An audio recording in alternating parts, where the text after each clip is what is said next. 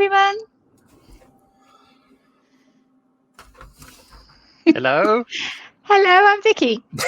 And I'm Andrew. And I'm Paul, and that went well. And that went well. And here's the comment section. Hey, hello. Hello, Lauren. Hello there. Although I think you've jumped ahead slightly. So this is Paul and Andrew and Vicky watch all of Hellraiser. And tonight we'll be watching the 1992 film, which is when I was 12 years old, Hell on Earth, which is where we might prefer to be after watching this film. Oh, we have not even got to hell. That's what worries me. Outskirts of hell with this movie. And for those who haven't been this before, this is a bring your own copy event, watch along party. So if you just joined us, you've got about 20 minutes of awesome stuff from me and awesome stuff from Paul before we start. So grab your copy of Hellraiser 3. I think it's currently on Amazon Prime. It's definitely knocking around on Shudder, and there are other places. And be ready to hit play when we do the countdown. And then we can all watch along together and provide a lively, fresh commentary on this 30-year-old film. And talking of comments, Paul, we just want to say hello to the comment section again. Is the one true fan there? Not yet that I can see. I don't think so. No? We've got the new one true fan, which fills me with buttery joy. And she's also been really helpful. So thank you, Lauren, on that one. Thank you. Yeah. Good to know it's on Amazon. So let's start the round robin. Paul, what have you been watching since last we went to hell? So in the last fortnight, I've been watching Enough, The Mother, and The Power. So it's 2 films in a series with a bit of a theme running through them. And I've also watched the entire series of Fubar, which has just come onto Netflix. Any good? I enjoyed it. If you like True Lies, it's probably going to be up your street. It's got a little bit of humor going on in there. It's got a lot of Arnie doing Arnie-based stuff, including references to his previous films. And then it's got a lovely little dark bit in towards the tail end of the series as well. But no Jamie Lee Curtis. No, unfortunately not. Not everything can have Jamie Lee Curtis in it. No, that is a shame, but unfortunately it's true. So, what about you, Vicky? What have you been watching? Officially, according to the list that you handed me, dear, I've been watching Hotel Transylvania, Taskmaster, Death to 2020, and the Angry Birds movie. Did you enjoy watching all of those? Sorry? Did you enjoy watching all of those? Yes. Do you want me to pull up the unofficial list for you next time? Okay. You're happy with this list? No. But no, that's all good. No, I'm quite happy with people not knowing the sort of rubbish that I watch. That would be absolutely amazing. Although your series does sound like it should have a Furby in it. It's spelt quite close to Furby. Yeah, Fubar's got nothing to do with Furbies. No, but it should do. Andy, what have you been watching? I have mostly been watching Dragon Ball Z because of Pink Apple Jam, who will be joining us later. We, by which I mean her, with me often in the same room, have been watching it since last year. All 291 episodes of it. 291? It is very long, and it adds a whole new dimension to the concept of filler episode. I think So how long are the episodes? About 20 minutes? About 20 minutes. It's Dragon Ball over Z. 4 days worth of Dragon Ball Z. Pink Apple Jam has now discovered that since we finished it like 2 nights ago, Dragon Ball Super has come onto the BBC. So that's going to be ripped through. But I have no grounds to complain on the grounds of some of the shit I put her through. The second half of Super is now, so we're going to get to finish that one off. She's already seen the first. Sorry, dear. Yes, I also went to Port Miriam, which is why the video of last week isn't up. And it was amazing. I thoroughly encourage people to go to Port Miriam. I went because I am a fan of The Prisoner. And that was where they shot it. That was the village. And then we hung around for 4 or 5 hours because it's an amazing place. I very rarely give a monkeys about architecture, and I'm reading up on it and going, yes, architectural theory, I enjoy this more. So that was pretty cool. Awesome. Oh, I've also been reading up on Psycho. Okay. It is generally considered groundbreaking horror. And there have been 4 movies and a TV series, so it definitely should have been on your list. Fair enough. The only possible reason it could not be on that list is because Hitchcock considered it a comedy. Okay.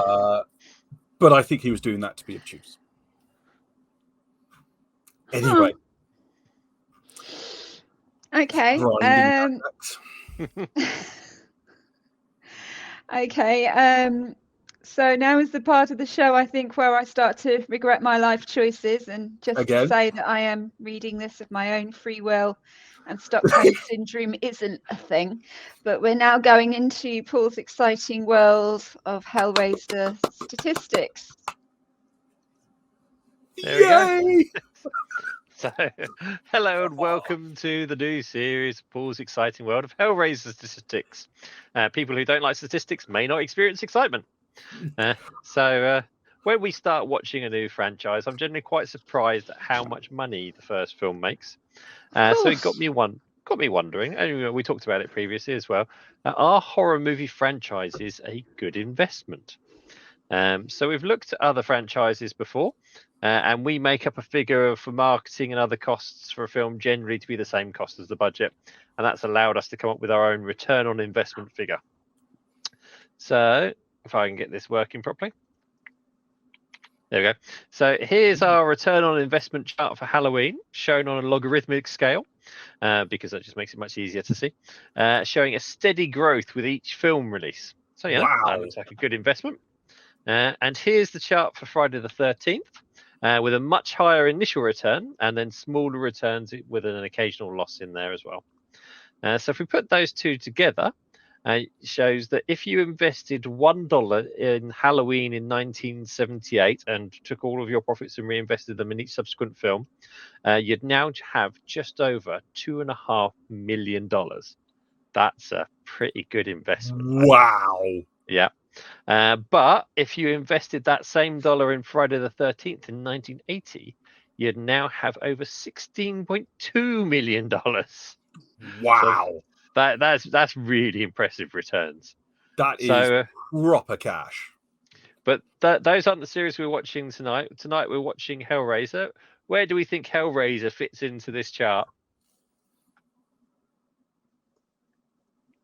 I'll accept higher or lower. Somewhere in the middle. Somewhere in the middle.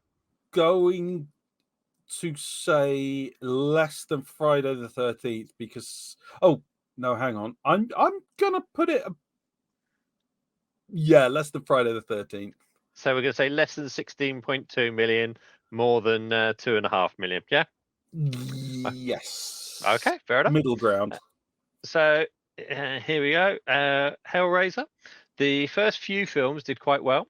And then they did a number of straight-to-video releases to keep the franchise alive, apparently. And we'll get up to that in later episodes. And they've not had a theatrical release since then. So if we compare all 3 franchises, that shows why I had to use a logarithmic scale. Right, that low, huh? Yeah, your 1988 $1 investment in Hellraiser would today be worth $17.83. I mean, it's still better than putting your money in a bank account during that time, but it does show that not all horror franchises make the big money. But it still made money. Return on investment. Yes. Yeah. And, yes. Yeah. You can't. You've got to remember the normal rule is, to make the money back, you got to make twice the money again. Mm-hmm. That is because the ones that make twice the money support all the ones that don't, which is the majority of films. So, and that they're all money makers. So yeah. It's not lost money here, so that's a good thing. We can, we can laugh all we want, but horror franchises keep on going because they keep on being profitable. That's Very why true. movies are made. Yep, some of them are just a lot more profitable than others. Yes. Right, so that's me. So over to you, Andrew, for some amazing facts. Oh my good lord, really? You want? Okay, yes, well, very demanding. if you insist. Hello. So, where to begin? And is Paul handling the comments while I go through this? Yes, I'll handle the comments. Fantastic. So, as everyone knows, Hellraiser 3 was done in 1992, which is 4 years after Hellraiser 2. I don't know what that is in human years. That's about like for a movie franchise, that's about 30 years later. And Clive Barker is an executive producer on this one, which is nice. Shows me. Yeah. So there's a lovely picture of him, a lovely quote of how awesome he is. So yeah, the question is, what is an executive producer? That is complicated. It's always a very good question, isn't it? I checked Wikipedia, and it says producers vary in involvement, responsibility, and power. Some executive producers have hands-on control over every aspect of production. Some supervise the producers of a project, while others are involved in name only. Which way do you think this one went? Can I have my name on it and some money, please, and then I'll be done? Kind of. Basically, he was incredibly, at this point, he was far more focused on new products. As I said, it was 4 years down the line. So not only had he by this point become like the doyen of the horror world, being seen by many as the new Stephen King, he'd also got his mitts on his new project, which was Nightbreed. Mm-hmm. Has anyone here seen or heard of Nightbreed? I own Nightbreed. Okay. Vicky, have you seen Nightbreed? No. Okay, so this was his attempt. Well, not attempt. It was this was his take on dark urban fantasy. Mm-hmm. Think, and I don't think this is an unfair comparison. Think an American version of Neverwhere, but being more suburban than urban. And obviously having a lot more affectation for Americana and the myths and histories of America. So he that's what he was going for. Fox saw it as a slasher movie, which because of the gentleman on the left. Does anyone recognize the gentleman on the left of the screen with the glasses? Can't remember his name. That's David Cronenberg. Yeah. So that's quite that the director of many a gore flick. So they got him on board. So that was quite good. It bombed really, really badly because they decided, because he was playing a bit of a slasher character, it would be a slasher, and they marketed that, and everyone went, "This isn't a slasher." And it also just starred the gentleman on the right. Does anyone recognize the gentleman on the right? Nope. Does anyone want to guess who the gentleman on the right is? Got no guesses. Vicky, would you like to guess who the gentleman on the right is? Cult leader. Doug Brady. Who? Pinhead. Oh. Yes. Wow. He was in it as well. Anyway, so he was massively involved in that. It bombed. He was annoyed. So what did Clive Barker do on Hellraiser? That's a disputed opinion. Barker says that he was shown a working print of it, declined to be an executive producer because of the film's ending and low budget effects. So the producers, who were Miramax, called him in to fix it, which he did by adding bondage and gore and by adding more bondage and more gore into the movie. Director Hickok, who's the gentleman on the right, said Miramax got involved in the movie, loved it, decided to give him more money to shoot more stuff, which wasn't Mr. Barker doing it. Either way, Barker got an executive production credit and promoted the film alongside Candyman. And we got the first CGI effects in a horror film. Okay. In 1992. Be prepared, be nice. Everything had to start somewhere. And I've just lost my place. Anyway, where are we? So, other changes. Claire Higgins declined to reprise her role in the third film, so Julia was killed off by just not being there. The setting got made unambiguously American, ending the first two films' tradition of mixing American and British elements. By which I mean the first one was in England, the second one was in England in America. The same house based in America, yes. Yeah, and with American cops and all that jazz. And now we're just 100% England, which is nice.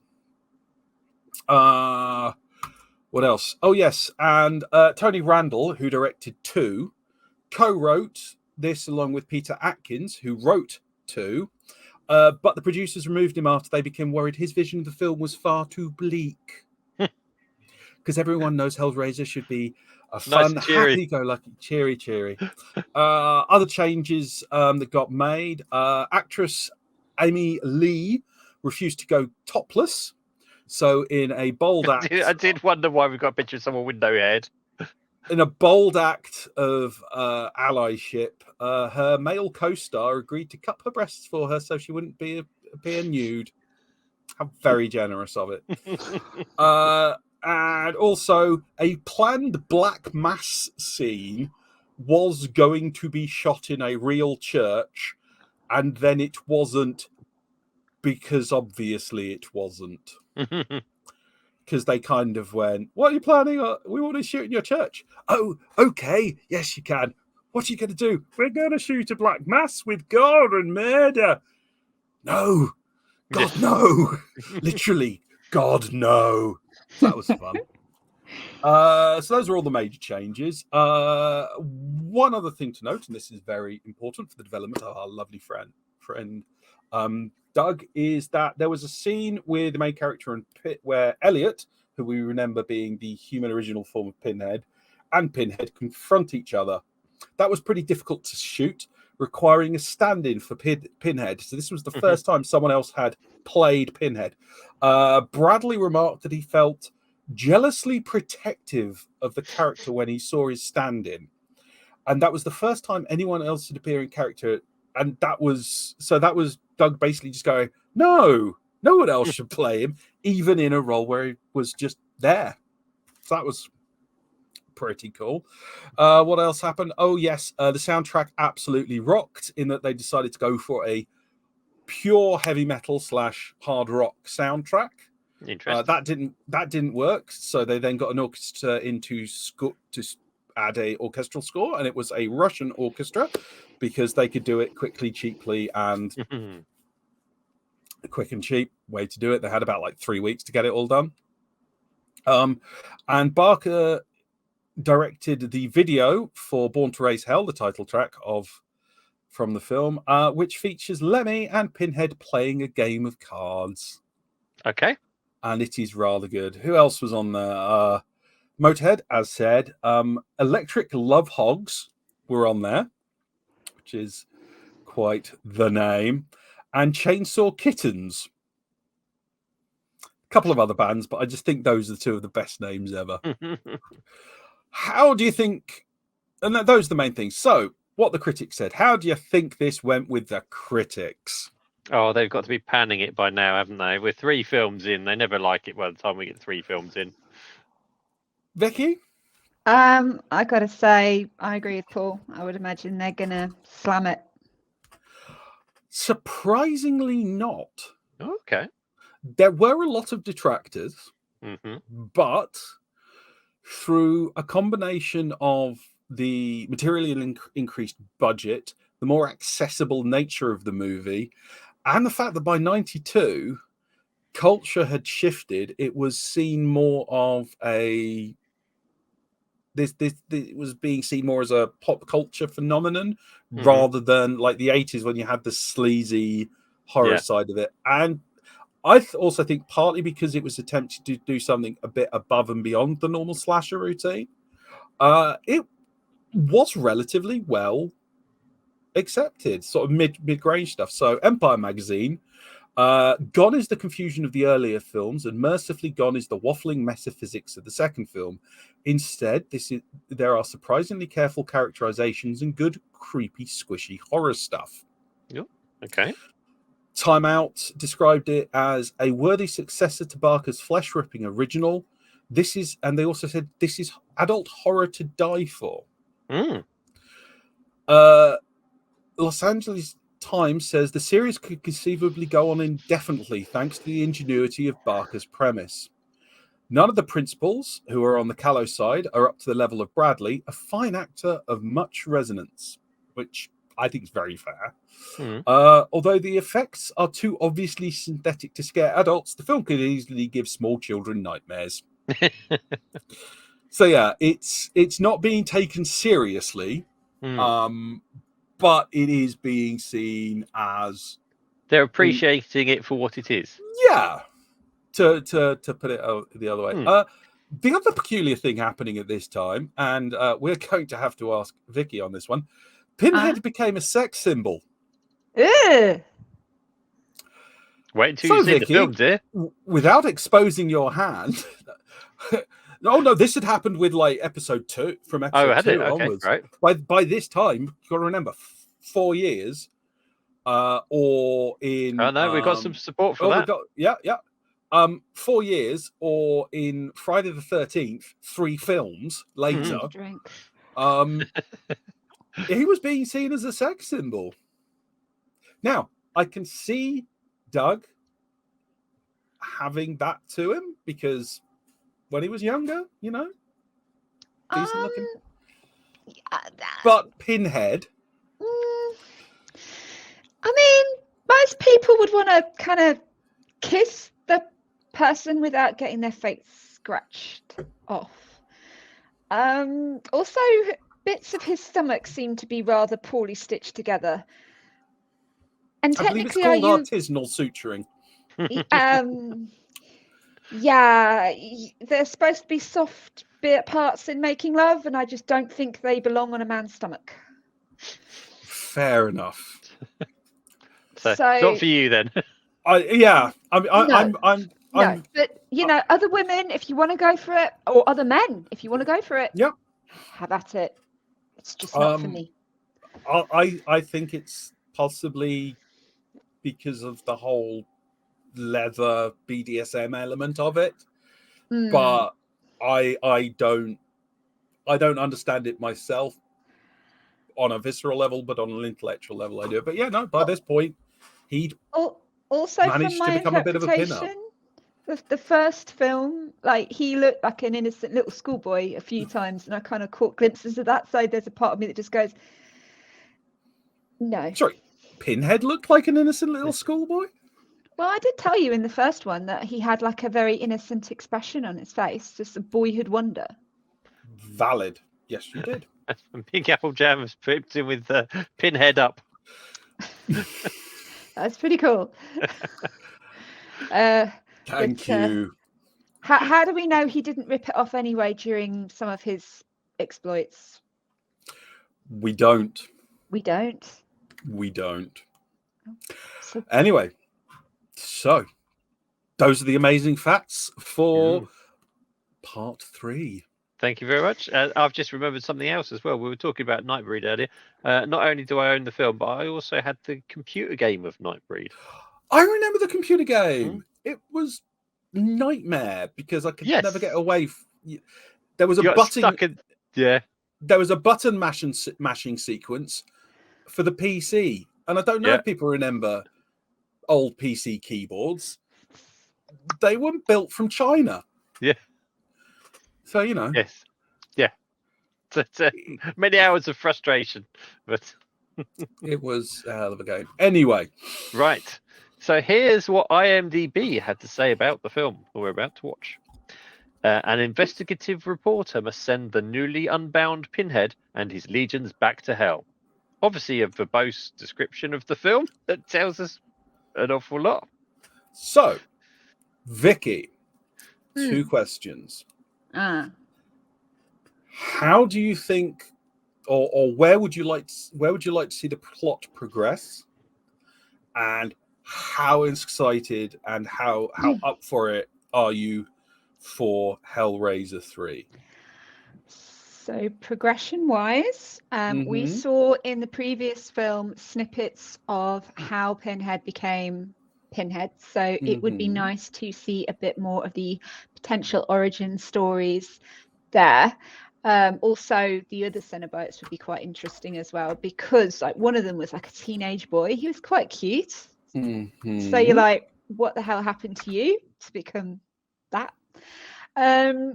Maybe a bit more of an understanding of that universe, because it didn't seem very detailed. Just saw like little snippets of it, but it didn't really make that much sense. So a bit more sense of that sort of dimension would be nice.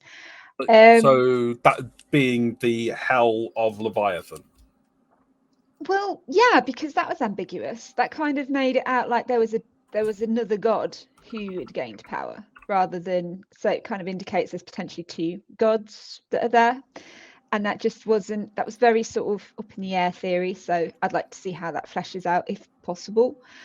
I am reasonably excited about seeing the film, although I'll be honest, there is a part of me that says most franchises at film 3, that's when it hits the wall and should potentially have died. So I am a little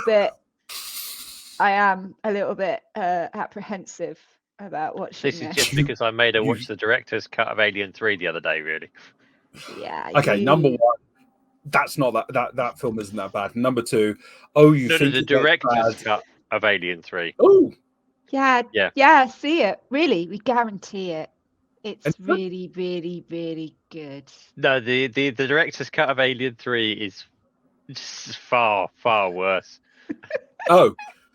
Yeah. Well, I won't watch it then. The special effects are worse, and the story is. I mean, as you know, Alien 3. Where does the alien come from? In the film you've seen, it comes from a dog.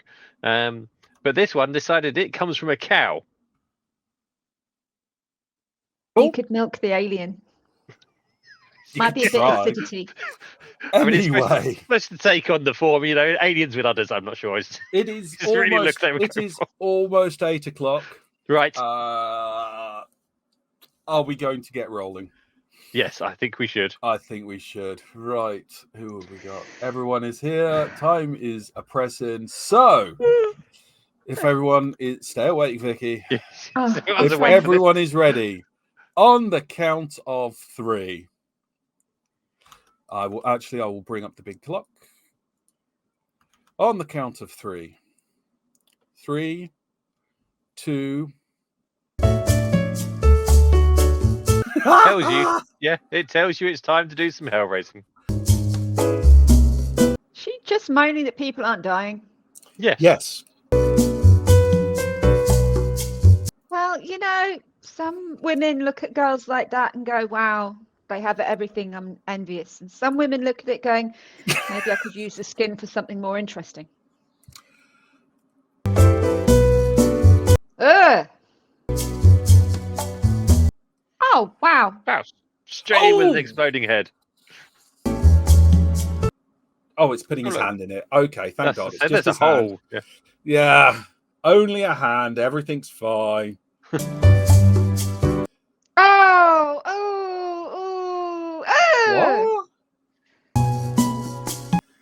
Why take her? Because she happened to be close by.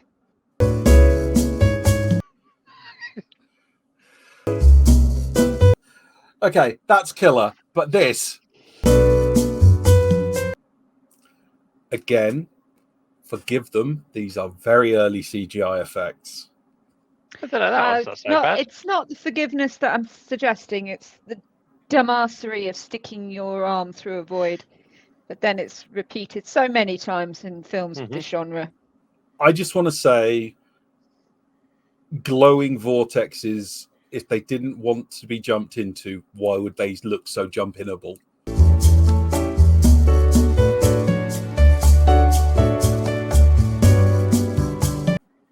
Oh, God. I know. This is going to be a great story. She's a reporter. She's got to report. There you go. Ain't no party like a certified party. Because the certified party don't stop. I can't hear you over the explosions. Say again. This is quite a nice long shot with explosions yeah. and Okay. That's wiggly. oh, okay, grim. Oh, really? This is... even grimmer. Oh. That jumper is absolutely screwed. Mm-hmm.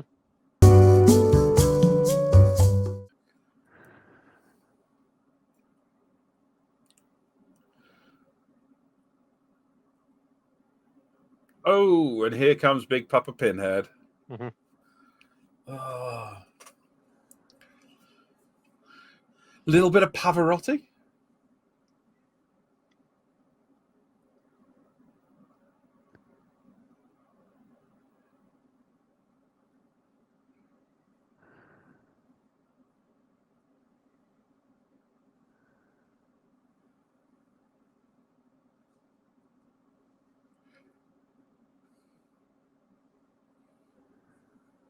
This is...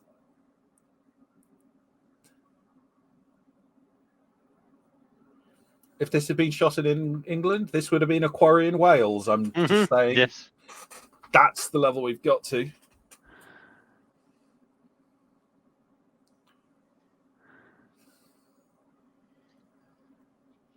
Oh no, the nondescript box. Is he the first?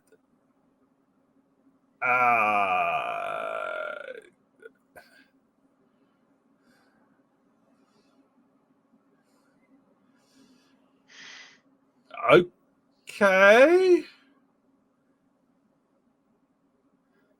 Easy come, easy go. Mm-hmm. He looks like he's resisting. But I don't think that's over. That did seem a little easy.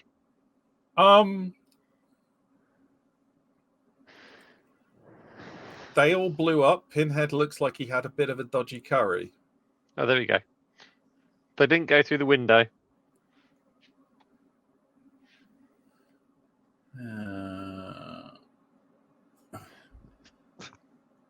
Oh, God. Love you, dear.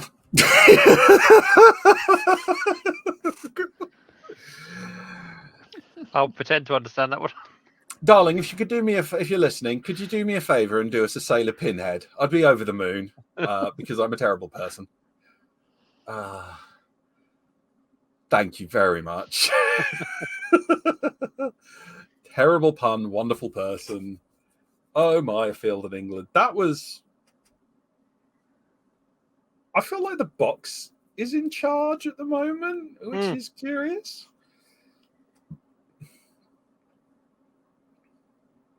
I'm going to have thoughts on that later.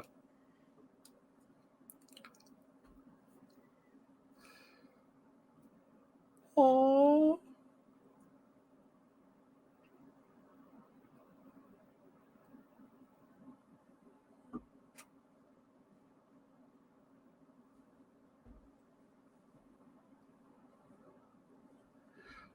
Give me the box.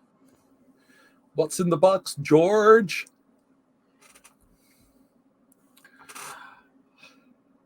Oh, that's not her dad.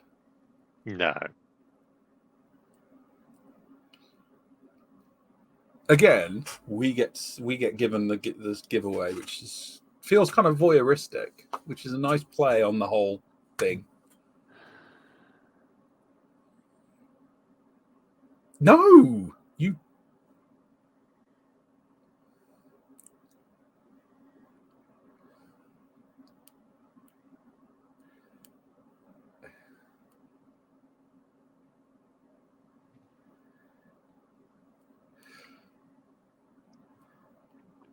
Oh, that's a devilish grin.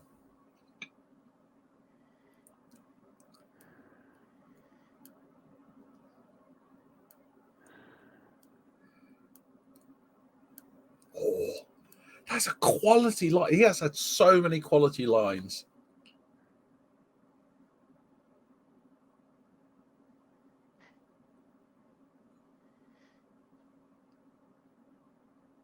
And we have to give props for the fact this is full daylight and the costume still holds up. Yep. That is incredible. I mean, it loses a little something, but it still works.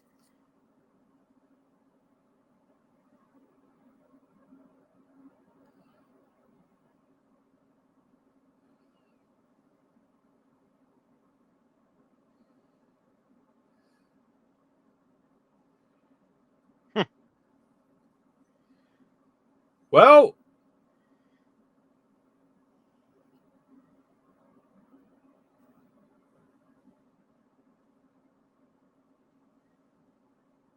pardon?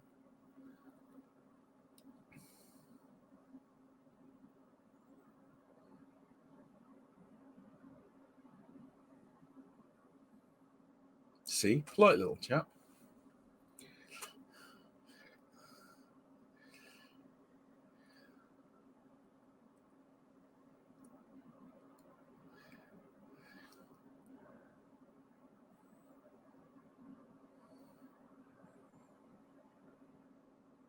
Definite shout back to From Beyond from the 80s.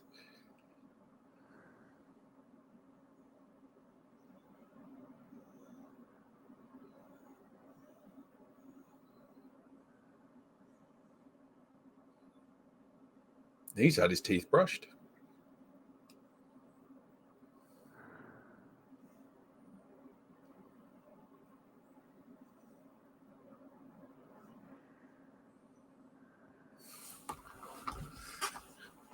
The hell is that?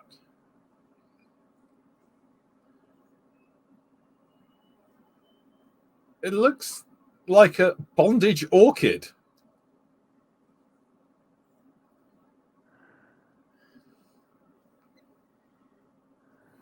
It was certainly an interesting contraption. Yeah, that's dedication.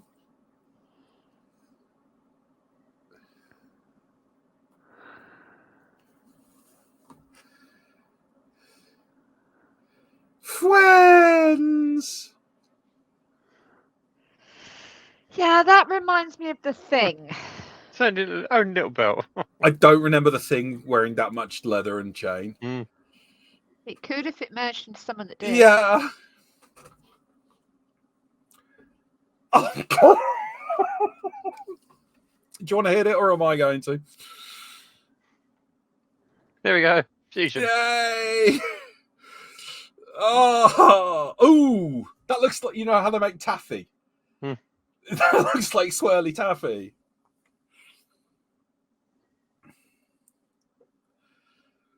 Ooh.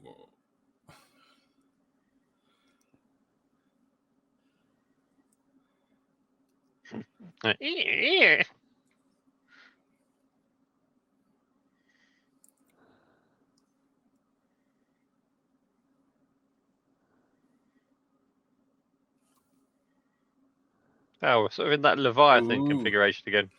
Yeah. Yeah, but I don't know. I thought once they merged, he'd get the balance back. Possibly. We don't know the internal disputes happening. Ooh, knifey uppy time. Which is cool because if the rules are being followed, it follows the intention of the wielder, and her intention is to turn it into knifey slam. Yes, there is definitely some Lawnmower Man, although it is better than Lawnmower Man. In all fairness, Definitely they that don't level seem of to be special adhering effects. to the rules. Say again? The rules seem to have been bent significantly.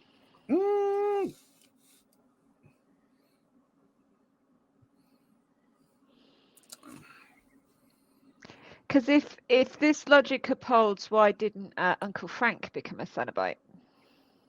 He escaped. We don't know how long until you get made a Cenobite. Well, in this film, it wasn't long, was it? Yeah, but that was him making some temporary ones, and he said they were weak.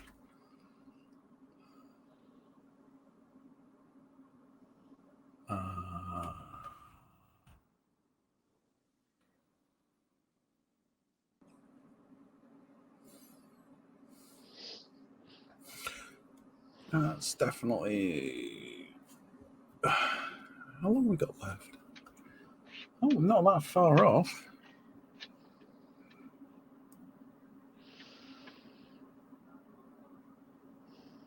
What the hell is that? So, because she put it in the foundations of the building, it's like the entire architecture is now turned into a giant box. No, I get that. I'm just.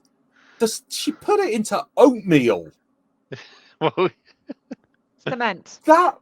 No! Foundation cement is not that liquid. That is the worst poured cement I have ever seen. And how does it suddenly transform into... super wet concrete. It's not concrete. It's slightly stiff ready brick. I just find it interesting that building seems to have taken on a form of the dimension. Absolutely. And maybe it holds its values. Oh. So maybe that it's taken on a bit of a personality from that world. I'm not going to rock out for the remainder of that. Well, 2 Ready Brick references apparently you've made this week. You got something in your mind? I like Red. The song, Hellraiser, Motorhead, an incredible song. LJ Matthews knows the score. Before we get to Vicky's judgment and that, I'm going to suggest that it did follow the rules. It's just that we don't necessarily know all of them. But it did seem to have a relative level of internal coherence, in my opinion. But my opinion doesn't matter. Because now it's Vicky's final now judgment. We talk about where it is? No. Before we do that, let's take some things into consideration. Okay? So, you wanted more of Pinhead's story. Which I got. Which you got. You wanted more Cenobite's story? No. No, we got kiddie versions. Yes. You also wanted more understanding of hell. No, not at all. Didn't get that at all. Although I was impressed by the building at the end. I thought the building at the end, that twist was very, very nice.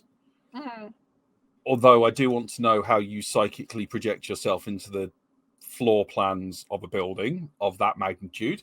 And I also thoroughly complain about that concrete mix. It wasn't concrete. Anyway.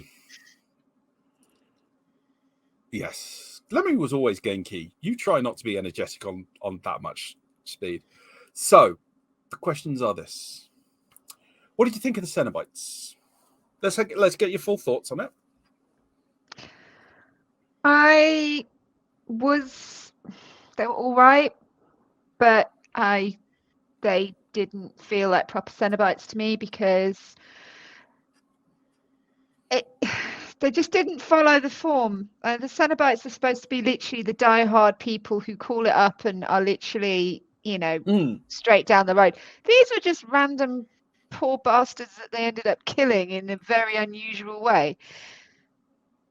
But we do know that this was because Elliot and Pinhead had been separated. So this was... But more specifically, Pinhead was out of the box. Yeah. So he didn't have the restraints that were placed on him. Okay, previously. So question. Where are the original Cenobites? They got Why killed did they not in show up? 2.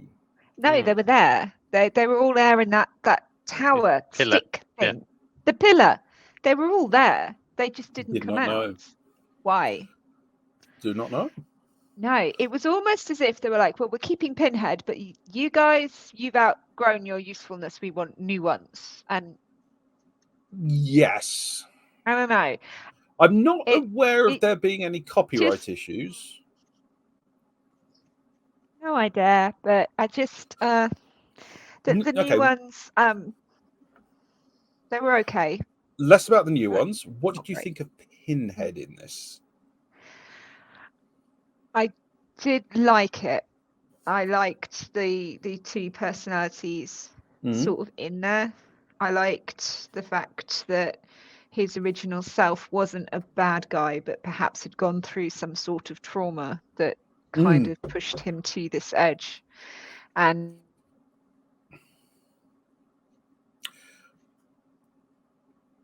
Is she frozen? it's separate, and once they sort of it keeps going. Yeah. Just keep talking. Yeah. Yeah. No, my internet just keeps coming out. But yeah, it was really interesting the way they did the whole Pinhead thing. He got a lot more lines this time. There's a lot of talking compared to previous films. Yes, which possibly demystified him, but I thought it let it run through. I definitely thought they had a lot of things because, as you said, there was a lot of trauma-induced behavior. Like you got the definite sense that Elliot's journey to Pinhead was a reaction to World War One. You also got Terry's return because she thought she'd been abandoned. You got PJ's reaction because he basically was in an impossible situation. A lot of trauma responses being looked at, and a lot of continuation of trauma transmission. So that was interesting. Did anyone, if anyone in the Peanut Gallery has any opinions on any of this, please slam them up. So, I mean, I think it definitely gave.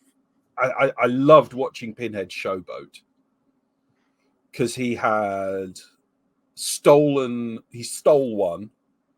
He was pretty damn cool in two, but whatever. And this one, like that church scene, as I said, the time he was standing on that altar, that was purely, I am here, I am in control, you cannot do anything, and I'm going to desecrate in as visceral a manner as possible. He could have thrown blood at everything, he could have ripped everyone apart, but he didn't. It was the deliberate choice to make it as religiously offensive to the priest as possible. Yes, it wasn't offensive to the sensibilities, it was offensive to the faith as a deliberate desecration act of malice. I thought that was pretty damn impressive. So what did you think of it as like a standalone? Did you think it had any merit as a standalone versus as a franchise film? I mean, how did you feel about the film as a whole? The film as a whole was good, but it did kind of need the franchise to back it up. There's a lot of stuff that you kind of needed to get the context for. If we hadn't watched the first two films, I would have said that we would have all been sort of going, what happened in the past, rather than, it can be on its own. So it is definitely running a continued theme, sort of 1, 2, and 3. So yeah, I thought it was quite good there. Okay. Any other thoughts you got? I mean, the other question, are we feeling any of these as the Cenobites or the characters as sex symbols or as sexy? Because they were definitely trying to amp that up. Nothing floated your boat? No. No, obviously not. All right, there's obviously that element of putting something slightly sexy in there and then twisting it away that makes it horrific.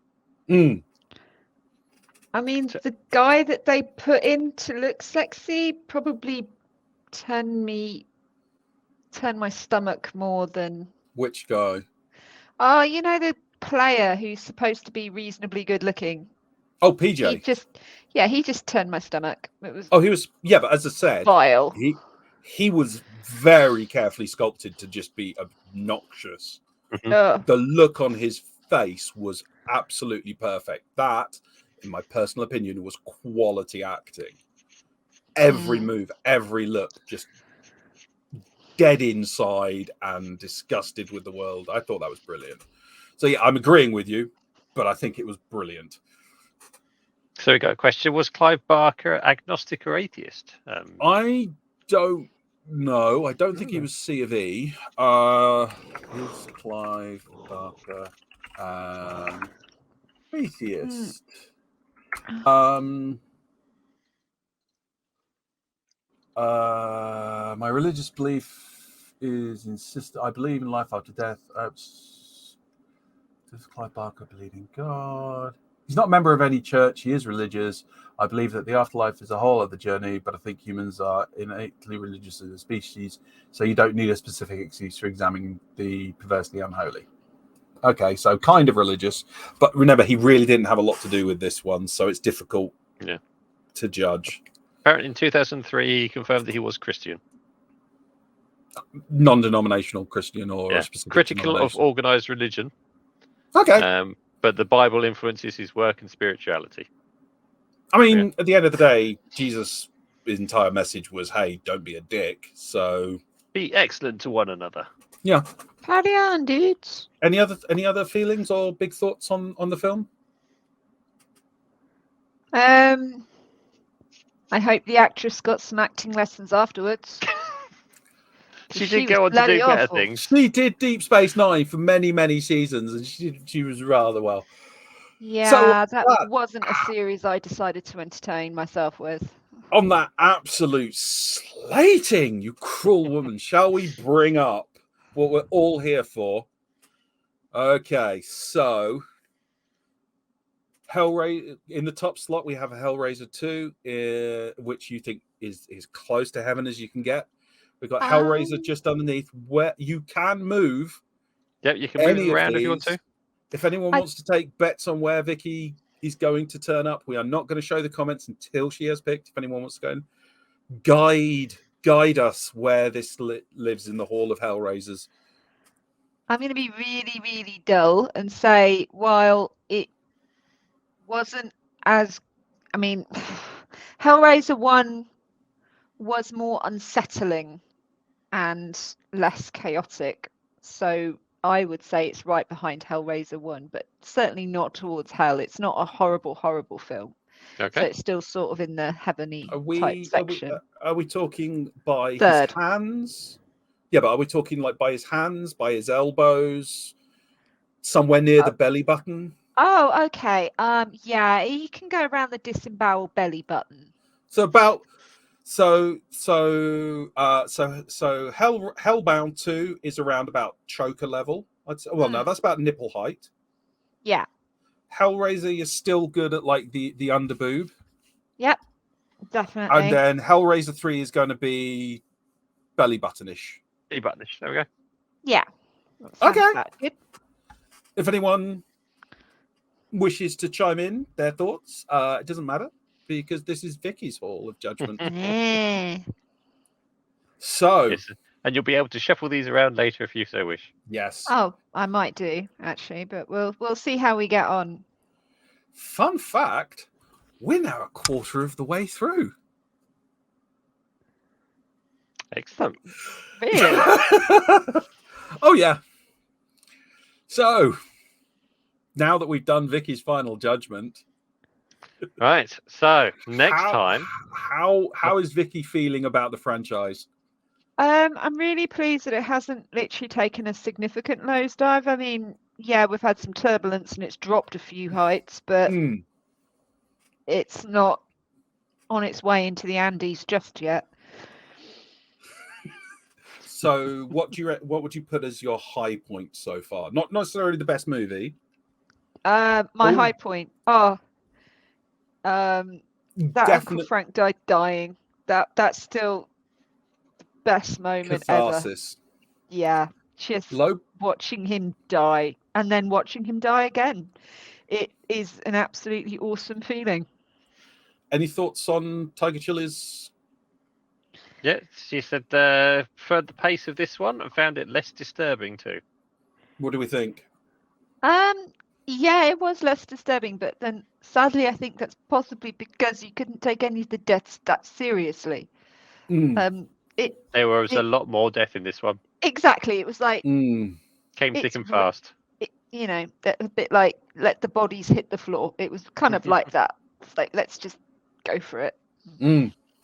They're not really people that you're going to care about, and they, it's a bit like watching a slasher flick. Well, It is. this one didn't have the slashing that we had in the second one, did it? No. I think that was the real disturbing one. This one just sort of seemed a little bit less personal on individuals. I still think the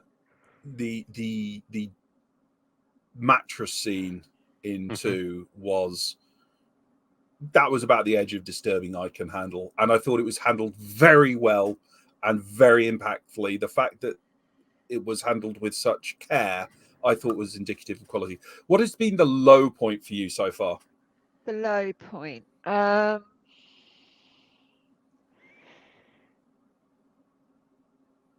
would probably have to say my low point from this would be, and this isn't I hated the bit, but it's more like the unsettling feeling. It was the dad in the first one.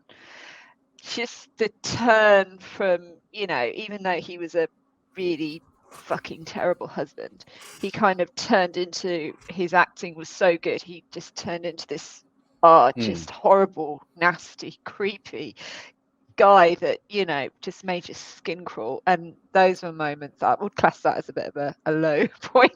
Not because it was bad acted or badly done, but because it just made you just want to take a shower after sort of even watching it, because it was like, oh god. Again, I'm going to say I take that as a positive, because that to me is quality filmmaking. This is a horror and film. Acting. Yeah. I think the fact that it made you feel something rather than just automatically react, because anyone can disembowel someone on a screen, but to actually make you feel like that. Okay, well then, if we're going to go for bits where I was like, oh, that's terrible, the new Cenobites, they were freaking awful. I mean, one of them looked like the Borg.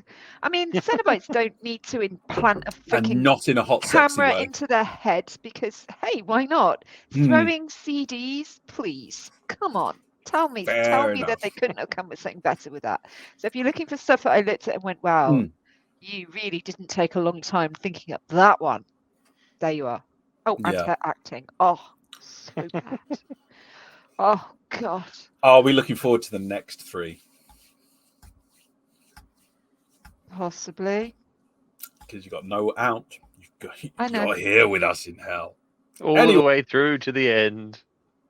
Say the next bit of the script, Paul.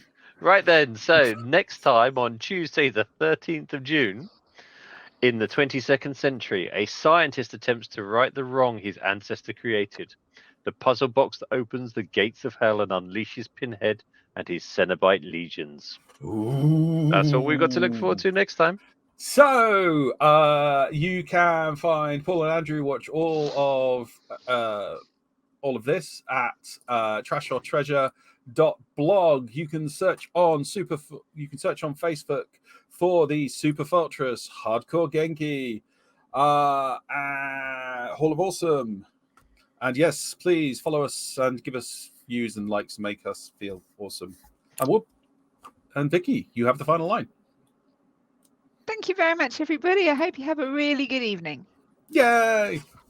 Bye. Bye-bye. Bye. Bye.